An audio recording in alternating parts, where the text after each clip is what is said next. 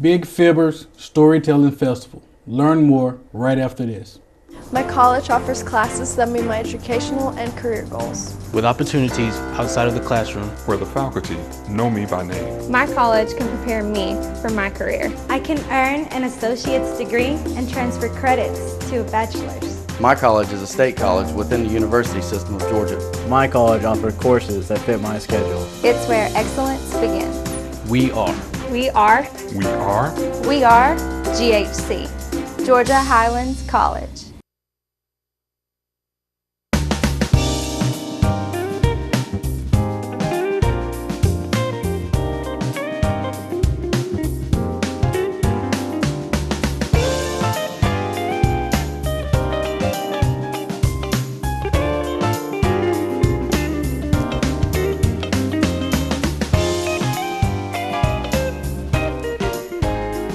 Welcome to Community Watch.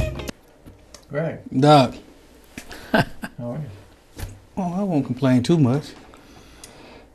But I But could if be. you did, would it be the truth, or would you be making something up? It's a fib, a lie. That's a distinction that we probably need to ask our Yeah. guests when they join us here in a minute. Because I want to be able to tell fibs, but I don't want to lie.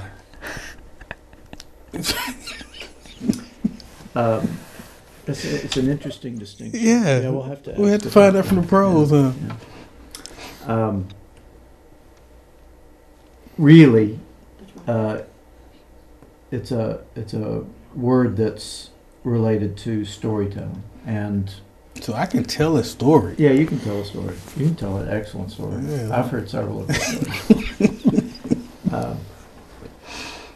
But we big event coming up really soon, and we had I think these same exact gentlemen as guests a year ago, And the year before that? and every time that we've had them on the show, we've had to just pull the plug on the camera to get them to stop. Yes. It's just- But it's funny.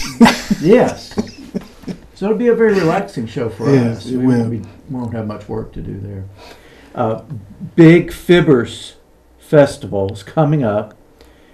Terrell Shaw and Bob Harris will be joining us in a moment to tell us all about it and a lot more. So stay with us. We'll be right back after this.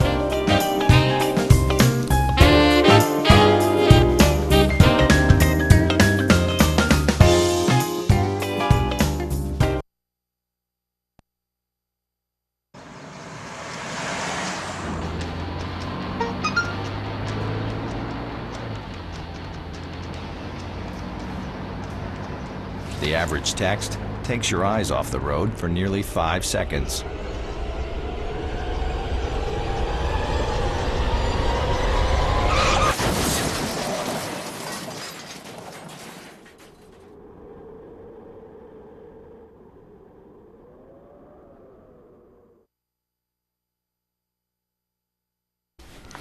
Welcome back to Community Watch, and we're very pleased to have back once again Terrell Shaw and Bob Harris. Welcome to the show.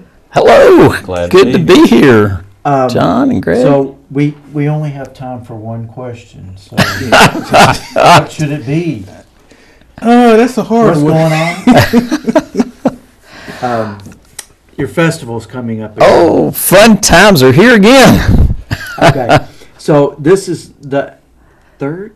This is the second annual Big Fibbers Storytelling Festival. Okay. But this is the 240th annual Big Fibbers contest that we're having this Friday. So a part of the festival is this contest that's of course been going on since the creation of the Republic. I mean, after all, we've had lawyers and we've had politicians from the very beginning. That's have right. we not? In fact, if you watch TV today, you hear those politicians fibbing. I mean, absolutely. promising the world Well, right now. But you know, we never have gotten that into the bylaws of the group, and we need to do that because, you know, I think it's time for us to outlaw participation in the contest by these professionals, the lawyers and the politicians. Well, hold on. Who's paying them? I mean, do we ever really know who's paying these politicians? No, Think we about don't. it. I'm Same thing. thinking. I don't think I gave that up for Lent a long time ago. I think you did too. But back to what's happening in the real world. Forget Washington. That's made up. What's happening here in Rome, Georgia this weekend? Tell us all about it. Oh, the Big Fibbers Storytelling Festival is going to be so much fun. We've got Andy Offit Irwin coming this year. And if you haven't heard that boy tell a story, he is a comedian par excellence. He is just wonderful. He makes up characters. He's a little different from, you remember we had Bill Lepp last year, and he's the tall teller. He would weave this tale that would just go on and on and on and on. Then when you get to the end, you sit there going, oh, wilder dang. and wilder, and your mouth starts hanging out. Oh, man, he's got me again, right? Kind of like some of the ones you've told. Thanks a lot. I think I've heard one or two of that sort from you too. But I never tell fibs. All I tell are real stories. absolutely nothing but real stories. And Andy doesn't either. But Andy creates these characters. Yes. And of course, his most famous one is Aunt Marguerite.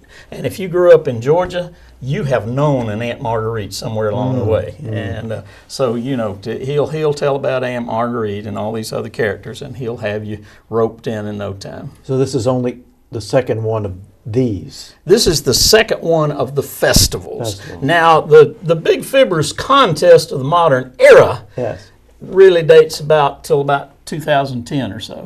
Yeah, something like that. Right, Yeah. of the modern era. But Because you've won this. I have won this twice. Yes. I am the two-time. He My lies mama is so professionally. proud. I think he ought to run for president. You know, I mean, Yeah, I'm a double Methodist preacher's kid, so I know not to let facts get in the way of good stories. yeah, definitely. Haven't so far. But we're going to have a ball. We got the 17th, the 18th, and the 19th. And all of the activities are going to be out at Berry at their E.H. Young Theater, except for the Saturday night program. We're bringing that back into town to Trinity Methodist Church. Okay. And so we're going to have a big time there. But Andy will be the star of the show, and we're going to hear a lot of his storytelling. But in between, we'll sneak in a few of our local folks, like our Tracy Walker, that is the current reigning Big Fibber. And Tracy came over from Dawsonville, got away from Bill Elliott and those folks over there, and came over here and told her tale last year and just wowed the judges, and went from there to being invited to be one of the featured tellers at the Timpanogos Festival out in Utah, probably the second biggest festival in the country, I'd say. I would think so. She's done real well. And if you haven't heard my little winner from our kids contest, Courtney. Absolutely astounding. Yeah, Courtney Hutcherson is astounding. She put a hook into you in the first line of that sentence and just reeled you in like some fisher telling about that fish he caught that got that big when he got finished.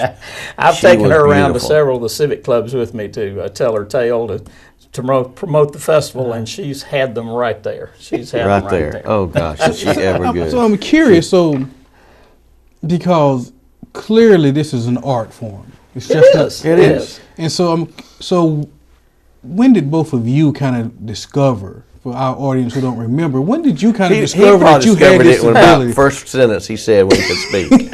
I really believe Terrell came back. It's that long ago. If you were to talk to his mother and dad, they probably said he came out lying and is telling stories ever since then. Like it was dark in there and now it's light and I don't like it. I mean, can you imagine the stories he could have told if he could have spoken the moment he hopped out into the world? Like, don't you dare touch me back there, Doc. I mean, you just think about it. Now, I myself, no, I was much quieter. I was a quiet student growing up. Very few people saw me as I rolled over their toes in my wheelchair. But I got started actually through Sue Hamler Lee. Y'all know Sue. Yeah, Well, you're back to politics. Yeah. No. This was when she was a librarian in Taylorsville. And she knew I collected stuff about Middle Ages and Knights. And she asked me to come talk to her kids one day about Middle Ages. This was back in about 73. And I did that for many years until I saw Miss Jane. And I said, this, I want to learn how to do better. A lot of folks around here Yeah. got started in storytelling with Miss Jane. Yeah, she was. But that's that's my story, and I'm sticking with Yeah, it. well, I'm a double Methodist preacher's kid, so you got that. And my granddaddy was a barber, and I lived for that week in the summertime when I could jack myself up and down in the extra chair over there and listen to him regale his customers and vice versa with tales in the barbershop. So I remember a lot of stories from those days.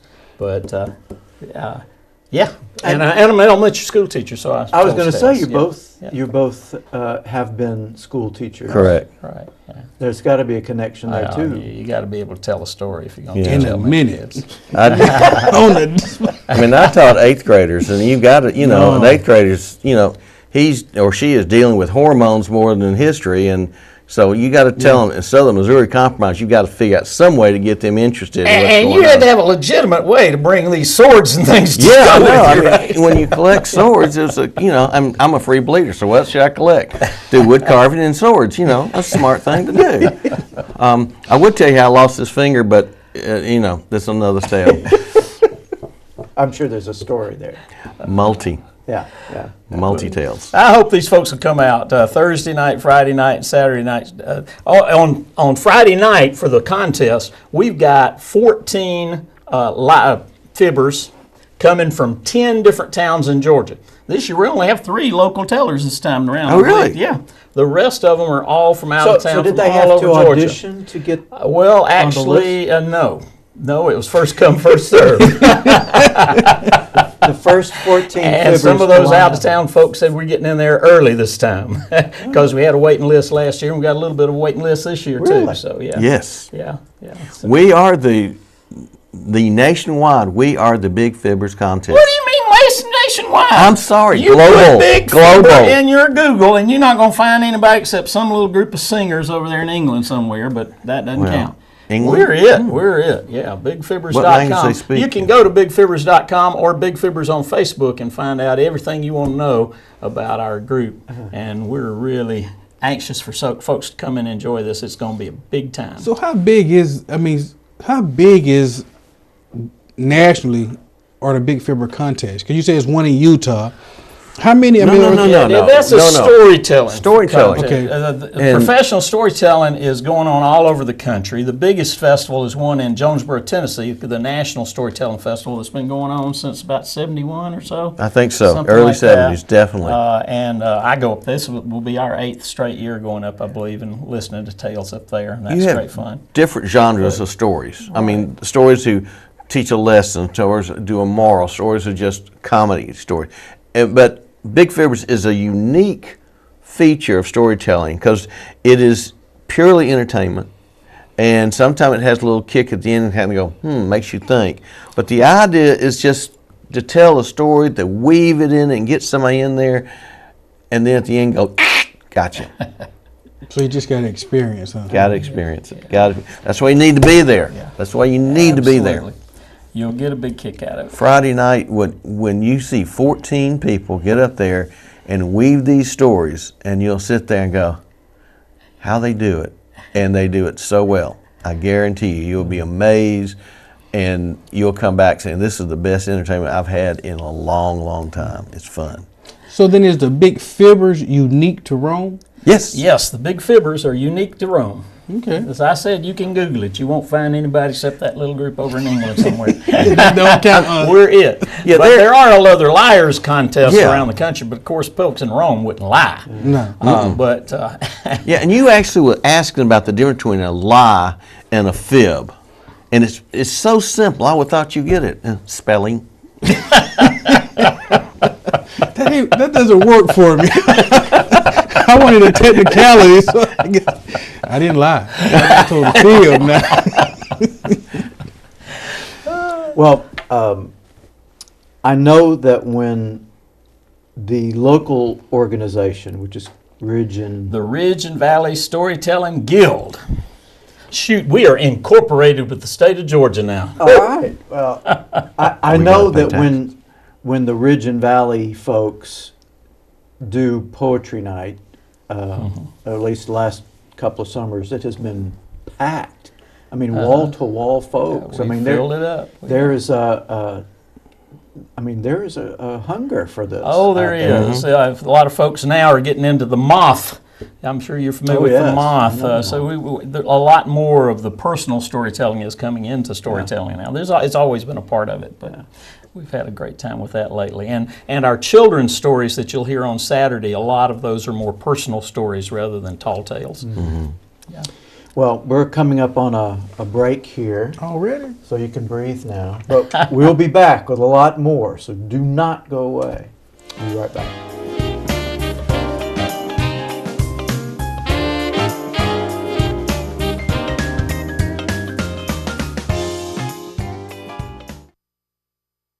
My college offers classes that meet my educational and career goals. with opportunities outside the classroom. Where the faculty know me by name. My college can prepare me for my career. I can earn an associate's degree and transfer credits toward my bachelor's. My college is a state college within the university system of Georgia. My college is affordable. It's close to home. My college has online opportunities. It's where excellence begins. We are We are GHC, Georgia Highlands College. Welcome back to Community Watch. We're having a conversation, I guess we are having a conversation, with Terrell Shaw and Bob We're Harris. listening. We're listening to some stories from Terrell and Bob. And they're promoting the festival, which is coming up this weekend. Is that 3 full days? 3 days, that's right. 3 days of events, and Saturday's just jam-packed. It is. Second annual. Is it bigger this year than last year? Is there more going on? Yes. Let me explain. One of the things that is so fun about this for me is our children's program. Now this is a grown-up event, folks. Storytelling is for folks 1 to 11.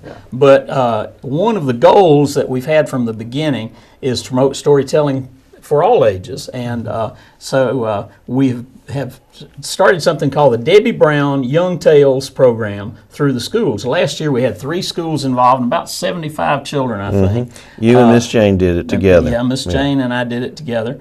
This year we've added Mary Elena Kirk, and we are in 6 schools, plus we have a club meeting at the library downtown. And so we're meeting more than 150 kids this year as a part of that program. And then in addition to that, during the festival on Thursday and Friday, and then on the following Monday, Andy will be going with us into the schools to do school concerts. Of course, those are not open to the public. But so you say all day Saturday, it's really all day Thursday, all day Friday, all day Saturday, and all day Monday.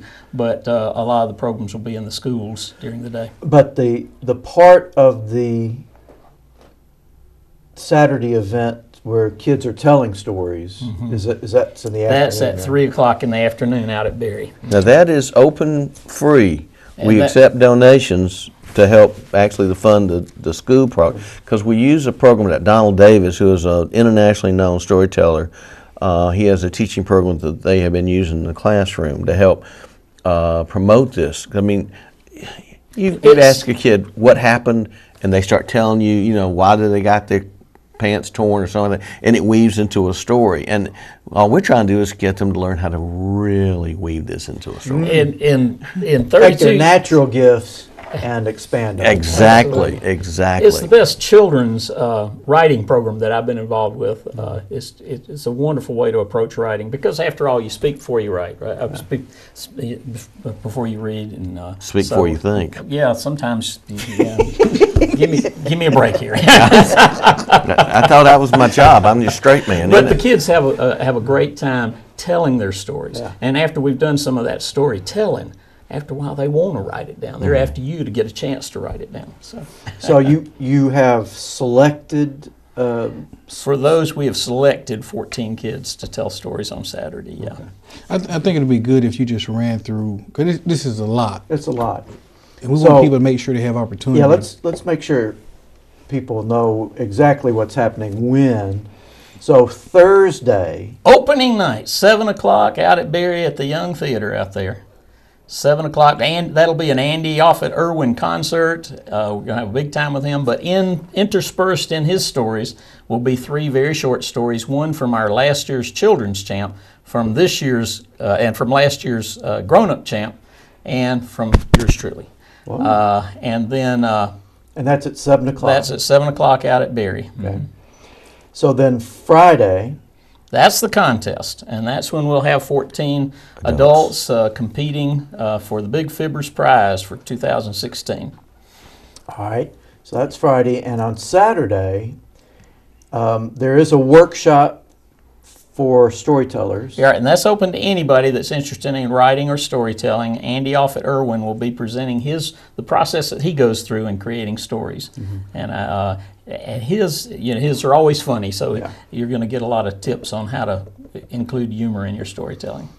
And then but that's with an extra charge. That is an extra charge. That's above the cost of the rest of the festival. Yeah. Which it's we also need to $25 talk about. The kids' storytelling competition is the afternoon on Saturday at 3. At 3 o'clock, that's right. And all of that is at Berry. Right. And then Saturday evening at Trinity Methodist. Right there at Turner McCall and Avenue A. Is the grand finale. That's right. And that'll be Andy's biggest concert. But we will also give the youngster that wins this year and the grown-up that wins this year a chance to reprise their tales that night. So if you haven't heard them yet, you can come and hear them on Saturday night, along with Andy's stories. It'll be primarily Andy's concert.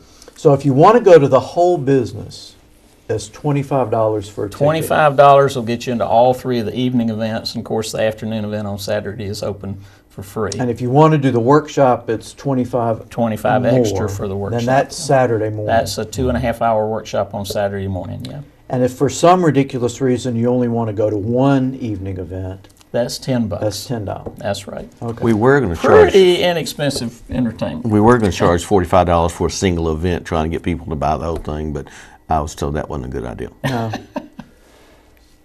You should have tried that, though. That would have encouraged them. It really I would. thought so. All right, so do people just pay at the door when they come? Yes, they'll just pay at the door. Just pay at the door. All right, and if they want to get involved in the workshop, how do they do that? Well, they would need to find us on Big Fibbers on Facebook or bigfibbers.com and notify us so we'll know you're coming for the workshop. I'd like to know you're coming, but you don't have to pay till you get there. All right.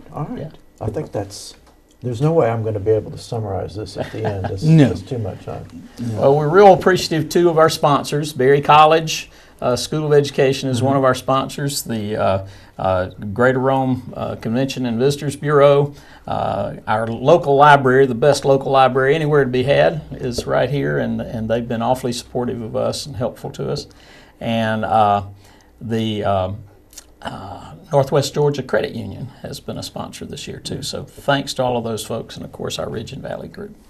So Ridge and Valley has existed for how long? The local About 2 years.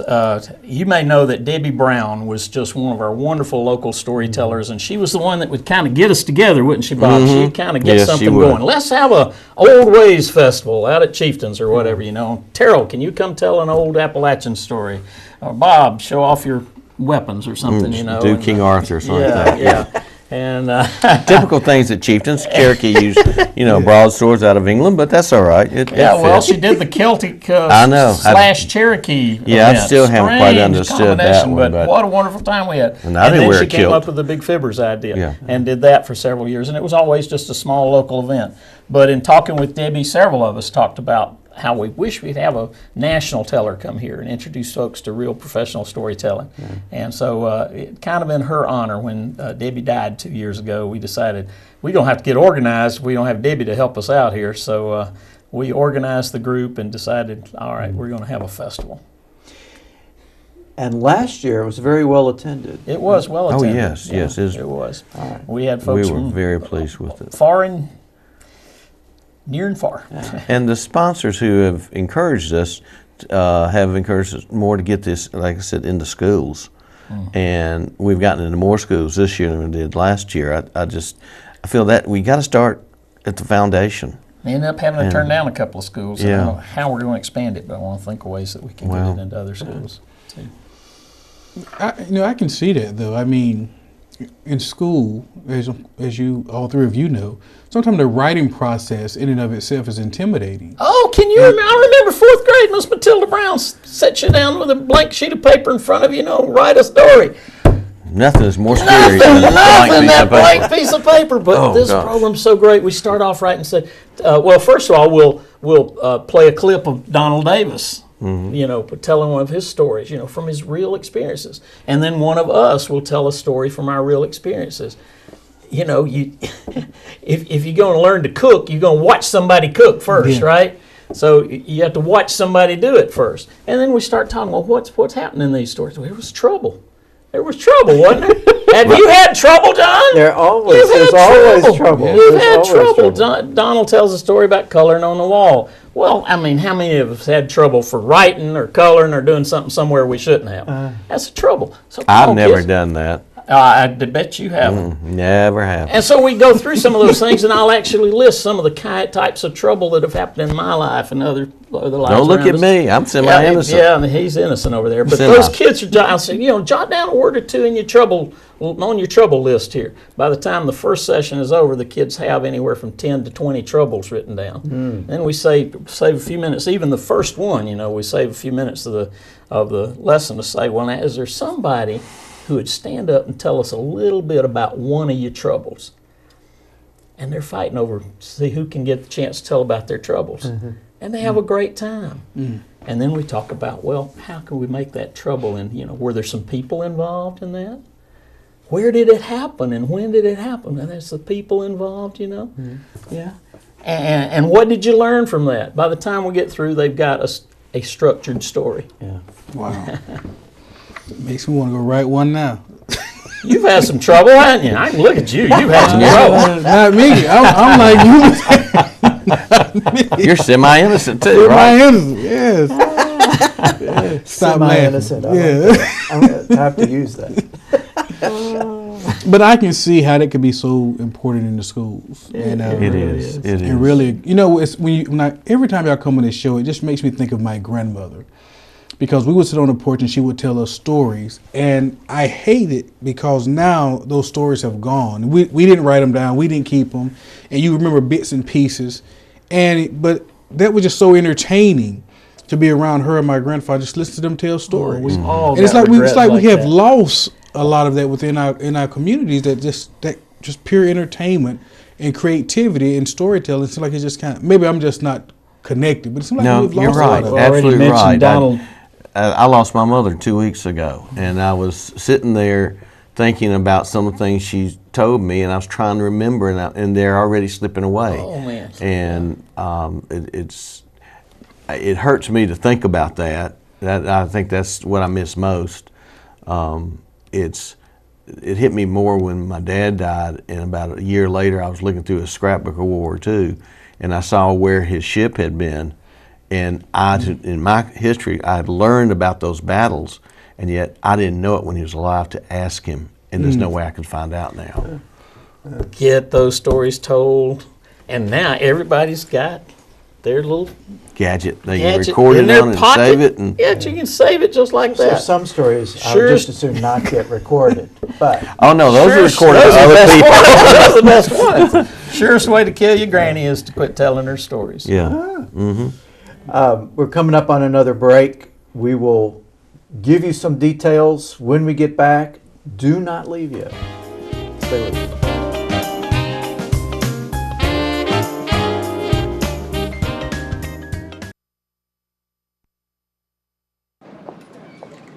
Hi, may I please have an application?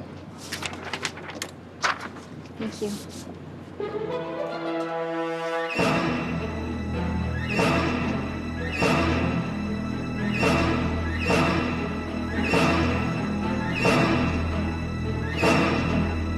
Skip the drama.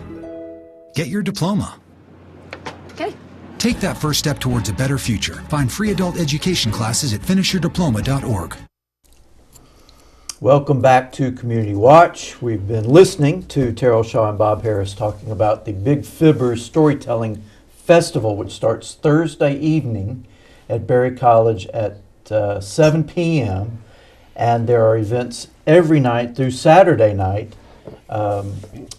And you can find out more about them at the website, www.bigfibbers.com, or the Facebook page, Big Fibbers Facebook page. It's $25 for the whole business, which is an excellent deal. It is. Lots of entertaining stories, as this kind of gave you just a brief flavor of. So attend this event, enjoy it, thank you very much. Thank you for Thank having And we'll us. see you Yes. next time on Community Watch.